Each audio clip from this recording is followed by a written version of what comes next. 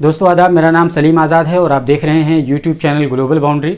आज हम बात करने वाले हैं बहुत ही अहम टॉपिक के बारे में। दरअसल आपने देखा कि कोरोना वायरस की फर्स्ट वेव, सेकेंड वेव ने किस तरीके से तबाही मचाई और अब खबर यह है कि थर्ड वेव भी आने वाली है। तो क्या वाकई में थर्ड वेव आने वाली है और अगर थर्ड वेव आएगी तो क्या बच्चों को बहुत ज़्यादा प्रभावित करेगी? इन तमाम बातों पर बातचीत करेंगे और आपको डिटेल में बताएंगे कि दरअसल क्या कुछ मामला है। सबसे पहले गुजारिश ये है कि आप हमारे चैनल को सब्सक्राइब कर लीजिए अगर सब्सक्राइब ना किया हो तो, और घंटी का आइकन ज़रूर दबा दीजिए ताकि जैसे ही मैं वीडियो अपलोड करूँ फ़ौरन इसकी जानकारी आपको मिल जाए। अब आइए मुद्दे पर आते हैं और बात करते हैं कि क्या कोरोना वायरस की तीसरी लहर आने वाली है। अगर आने वाली है तो कब तक आने वाली है और इससे कितने लोग मुतासिर होंगे यानी प्रभावित होंगे? तो इसका जवाब यह है कि दिल्ली एम्स के चीफ डॉक्टर रणदीप गुलेरिया का यह कहना है कि कोरोना वायरस की थर्ड वेव आने वाली है और वो बहुत ज़्यादा दूर नहीं है, यानी 6 से 8 हफ्तों के बीच आ सकती है। तो जैसा कि आप देख सकते हैं, एम्स के चीफ डॉक्टर रणदीप गुलेरिया का यह कहना है कि third wave of Covid infection in India is unavoidable and may hits the country with in 8 weeks. यानी भारत में कोरोना वायरस की तीसरी लहर आकर के रहेगी और ये विद इन 8 वीक्स यानी 2 महीनों के अंदर आ जाएगी। और आगे वो कहते हैं कि the vitality of new waves however वो depend upon vaccination coverage and level of adherence to कोविड-19 प्रोटोकॉल्स। इसका मतलब ये कितना घातक साबित होगा, ये डिपेंड करता है कि वैक्सीनेशन कवरेज कैसा है, यानी कितनी ज़्यादा संख्या में लोगों को वैक्सीन लगाया जा रहा है और साथ ही साथ कोविड प्रोटोकॉल्स का कितना ज़्यादा ख्याल रखा जा रहा है। ये टोटल इस पर डिपेंड करेगा। अब डॉक्टर गुलेरिया ने इसकी चिंता क्यों जताई है, इसके बारे में उन्होंने लिखा है कि as we have started unlocking, उन्होंने आगे लिखा है कि पहले और दूसरे वेव से कितना नुकसान हुआ है, लगता है इससे हमने कोई सबक नहीं सीखा है। यही नहीं बल्कि इसके अलावा अमेरिका के एक डॉक्टर हैं जिनका नाम डॉक्टर धीरज कौल है। ये अमेरिका में कोविड क्लिनिकल रिसर्चर्स के तौर पर काम करते हैं। उनका भी यही कहना है कि आने वाले दिनों में भारत में कोरोना वायरस की तीसरी लहर आने को तैयार है और इसके लिए हम सबको रेडी होना होगा। अगला सवाल यह है कि अगर कोरोना वायरस की थर्ड वेव आएगी तो ये कितना ज़्यादा घातक साबित होगी?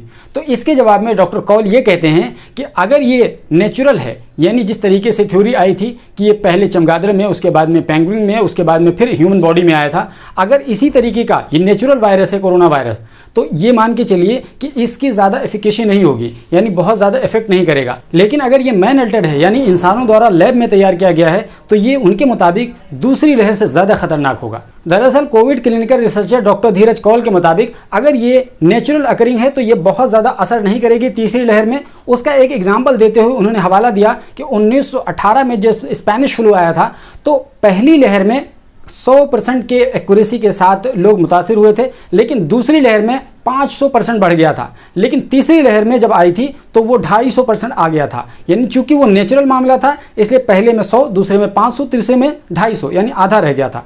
तो कुल मिलाकर के अगर नेचुरल अकरिंग है, यानी अगर कोरोना वायरस को इंसानों द्वारा नहीं बनाया गया है, तो ये मान के चलिए डॉक्टर धीरज कौल ये कहते हैं कि ये जो थर्ड लहर होगी वो थोड़ा कम होगी दूसरे के मुकाबले में, क्योंकि दूसरा कितना घातक था हम लोगों ने देखा ही है।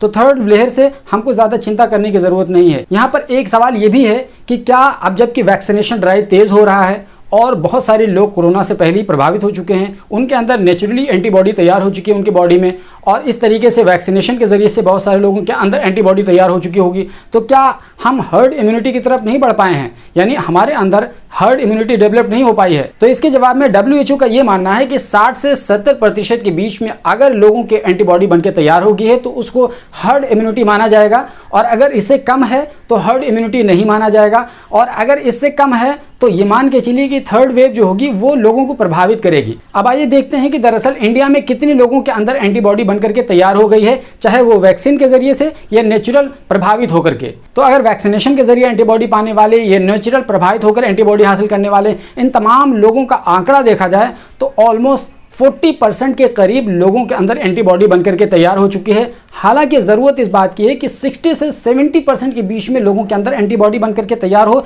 तब जाकर के हर्ड इम्यूनिटी के हम लोग करीब पहुंच पाएंगे।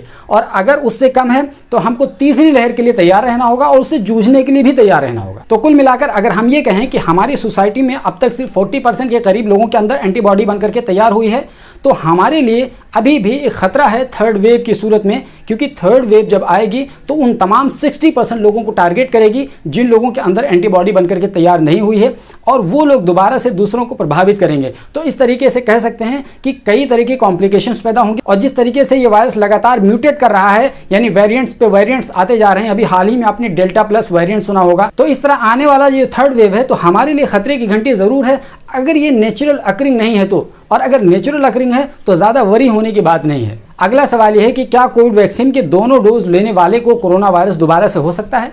तो इसका सीधा सीधा जवाब यह है कि हाँ, बिल्कुल हो सकता है। अगर आपको इसका प्रैक्टिकल एग्जाम्पल देखना है तो आप सुधीर चौधरी के केस में देख सकते हैं। जी न्यूज़ के editor in chief Sudhir Chaudhary ने खुद बताया था जब वो कोरोना से रिकवर होकर के आए थे कि उन्होंने दोनों डोज वैक्सीन के ले रखे थे, उसके बावजूद भी उनको कोरोना हो गया। आप सब जानते हैं, मैं तो 1.5 साल से बहुत ही अनुशासित जीवन जी रहा था और मैंने दोनों वैक्सीन भी लगवाई थी, लेकिन उसके बावजूद भी 1.5 साल तक तो मैं बचा रहा और मुझे लगता था कि शायद अब तो मैंने दोनों वैक्सीन लगा ली हैं तो शायद अब आगे भी मैं बचा रहूँगा, लेकिन ऐसा हुआ नहीं। तो इससे पता चलता है कि अगर आपने वैक्सीन के दोनों डोज भी ले रखे हैं तो उसके बावजूद भी आपको कोरोना होने का चांस है। अब सवाल यह है कि अगर उसके बावजूद भी कोरोना वायरस होने का चांस है तो फिर वैक्सीन के डोज लेने का क्या फ़ायदा? तो इसका जवाब यह है कि दरअसल वैक्सीन की जो एफिकेसी है वो किसी में 70% है, किसी में 80 है, किसी में 85, किसी में 90% है, यानी किसी में भी ये नहीं है कि वो 100% आपकी हिफाजत करेगा। तो कुल मिलाकर के अगर मान लीजिए कि अगर किसी की एफिकेसी 90% है तो कम से कम 10% तो छूट गए हैं, तो उसी 10% में चांस होते हैं कि दोबारा से उसको कोरोना वायरस हो सकता है। तो इसी वजह से ये कहा जा सकता है कि कोरोना वैक्सीन के दोनों डोज लेने के बावजूद भी आपको कोरोना हो सकता है। अब अगला सवाल और बहुत ज़्यादा पूछा जाने वाला सवाल और बहुत ज़्यादा लोगों को चिंता करने वाला सवाल ये है कि क्या तीसरी लहर बच्चों को ज़्यादा प्रभावित करेगी? तो इसका जवाब यह है कि अगर डॉक्टर धीरज कौल की माने तो उनका यह मानना है कि चूंकि बच्चों का जो इम्यून सिस्टम होता है वो एडल्ट के कंपैरिजन में थोड़ा सा अलग होता है, वो वल्नरेबल होता है यानी कमज़ोर होता है। तो कह सकते हैं कि बच्चों को मुतासर कर सकता है, यानी डॉक्टर धीरज कौल के अकॉर्डिंग। लेकिन अगर हम ताज़ा सीरो सर्वे की बात करें जो WHO और एम्स दोनों ने किया है तो उन दोनों के सर्वे में ये बात क्लियर होती है कि बच्चों को बहुत ज़्यादा चिंता करने की ज़रूरत नहीं है। और डॉक्टर गुलेरिया का भी सीधे सीधे ये कहना है कि बच्चों को इससे ज़्यादा यानी तीसरी लहर में बच्चों को ज़्यादा चिंता करने की ज़रूरत नहीं है, उनका इम्यून सिस्टम ठीक ठाक है और जिस तरीके से बड़े लोग उससे प्रभावित हो सकते हैं उतने ही ज़्यादा बच्चे प्रभावित हो सकते हैं। बच्चों को कोई खास और विशेष चिंता करने की कोई ज़रूरत नहीं है। देखिए, अगर बिजनेस स्टैंडर्ड की रिपोर्ट की बात करें तो आप ये देख सकते हैं, यहाँ लिखा है थर्ड वेव ऑफ कोविड-19 won't pose greater risk to children study, यानी स्टडी में बात पाई गई है कि तीसरी लहर में बच्चों को नुकसान नहीं होगा। आगे लिखा है AIIMS survey finds over 50% children had asymptomatic Covid infections.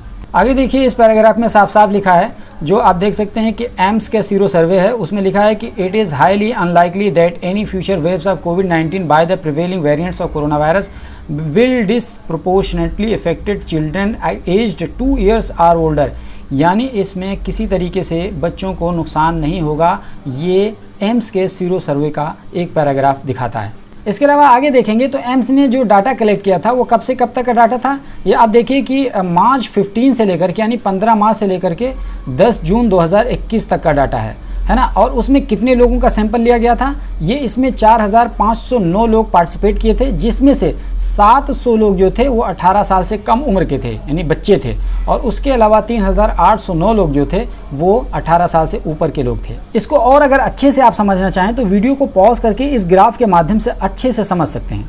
इसके अलावा हिंदुस्तान टाइम्स ने भी एक सर्वे छापा है, इसमें लिखा है कि WHO और एम्स दोनों ने सर्वे किया है, और दोनों का सर्वे क्या बताता है कि पॉसिबल थर्ड वेव्स ऑफ कोविड-19 unlikely to affect children reveals WHO AIIMS survey, यानी एम्स और WHO के सर्वे से ये पता चलता है कि आने वाला जो संभावित थर्ड वेव है कोरोना वायरस का, ये बच्चों को अफेक्ट नहीं करेगा। तो कुल मिलाकर ये कहा जा सकता है कि आने वाले संभावित कोरोना वायरस के थर्ड वेव्स में जो बात कही जा रही है कि बच्चों को नुकसान होगा, इन तमाम सर्वे से पता चलता है कि बच्चे इस नुकसान से ज़्यादा मुतासिर और प्रभावित नहीं होंगे। अब अगला सवाल ये है कि अगर ये बात कंफर्म है कि थर्ड वेव आकर के ही रहेगी तो क्या भारत सरकार को इस सिलसिले में क्या करना चाहिए और भारत सरकार कितनी तैयार है? तो इसका जवाब ये है कि दरअसल भारत सरकार को सबसे पहले तो ये करना चाहिए कि उनको एक सेंट्रलाइज सिस्टम तैयार करना चाहिए ताकि कोविड से रिलेटेड तमाम केसेस को केंद्र सरकार एक सिस्टम के जरिए से उसको मॉनिटर कर सके। फॉर एग्जांपल, अगर किसी व्यक्ति ने टेस्ट कराया है तो उसके एक्सपोजर में आने वाले तमाम लोगों को ट्रेस किया जाए।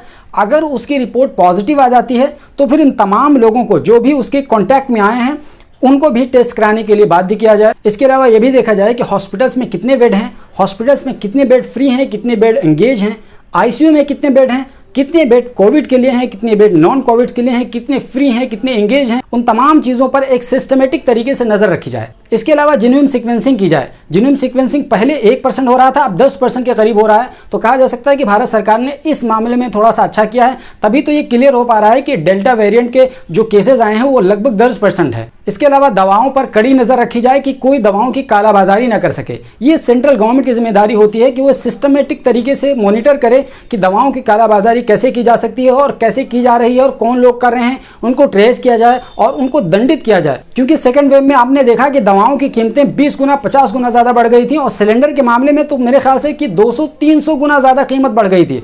और जिनके प्यारे सिलेंडर की वजह से अपनी जान गंवा बैठे, उनसे आप उनका दर्द पूछ लीजिए कि डॉक्टरों ने उनके साथ कितना बुरा व्यवहार किया और किस तरीके से उनके साथ खिलवाड़ किया। इसके अलावा डाटा ट्रांसपेरेंसी, देखिए ये बहुत ही अहम बात है। बीमार होना कोई बहुत बड़ी बात नहीं है और इसमें सरकार की कोई बदनामी नहीं है, लेकिन अगर किसी बीमारी का सरकार इलाज नहीं कर पा रही है तो ये सबसे बड़ी बदनामी की बात है। तो सरकार क्या करती है, ऐसे मामले में बीमारी को ही छुपा देती है, यानी डाटा ही नहीं देती है। यानी मान लीजिए अगर 100 लोग मरे हैं तो वो कहती है कि नहीं 50 लोग सिर्फ मरे हैं। अगर 1000 लोग इफेक्टेड हुए हैं तो कहती है कि नहीं 200 लोग, 300 लोग, 500 लोग ये सिर्फ इफेक्टेड हुए हैं। तो सरकार एक्चुअल डाटा छुपाती है, जिसके नतीजे में ठीक से उसका इलाज नहीं किया जा सकता है, ठीक से पूरी तरीके से स्ट्रेटजी नहीं बनाई जा सकती है और सही तरीके से उसका इंतज़ाम और सिस्टमेटिक तरीके से उसको मैनेज नहीं किया जा सकता है। ये सरकार का बहुत बड़ा फेलियर होता है, डाटा ट्रांसपेरेंसी ना रखना। और सबसे आखिर में हम और आप यानी आम लोगों की भी जिम्मेदारी होती है कि वो सरकार को सपोर्ट करें, हेल्थ सिस्टम को सपोर्ट करें और जो भी प्रिकॉशनरी मेजर्स कहे जाते हैं उनको फॉलो करें। जैसे कहा जाता है कि 2 गज़ की दूरी पर रहें तो 2 गज़ की दूरी को फॉलो करें, मास्क का इस्तेमाल करें, हैंड सैनिटाइज़र का इस्तेमाल करें, गैदरिंग ना करें, यानी इस तरीके की चीज़ों का लिहाज रखें। ये हम सब की as a human being, as a collective society के तौर पर हमारी जिम्मेदारी है कि हम इस चीज़ को भी समझें और हम इस मामले में सरकार का सहयोग करें, वरना फिर हम ये तमाम एक्सपेक्ट सरकार से अकेले नहीं रख सकते हैं। क्योंकि सरकार भी कहेगी कि कुछ तुम कदम बढ़ाओ, कुछ हम कदम बढ़ाएं, तभी ये कारवां आगे बढ़ेगा। और ऐसे ही इस कारवां को आगे बढ़ाना है और ऐसे ही हमें थर्ड वेव से जीत हासिल करनी है।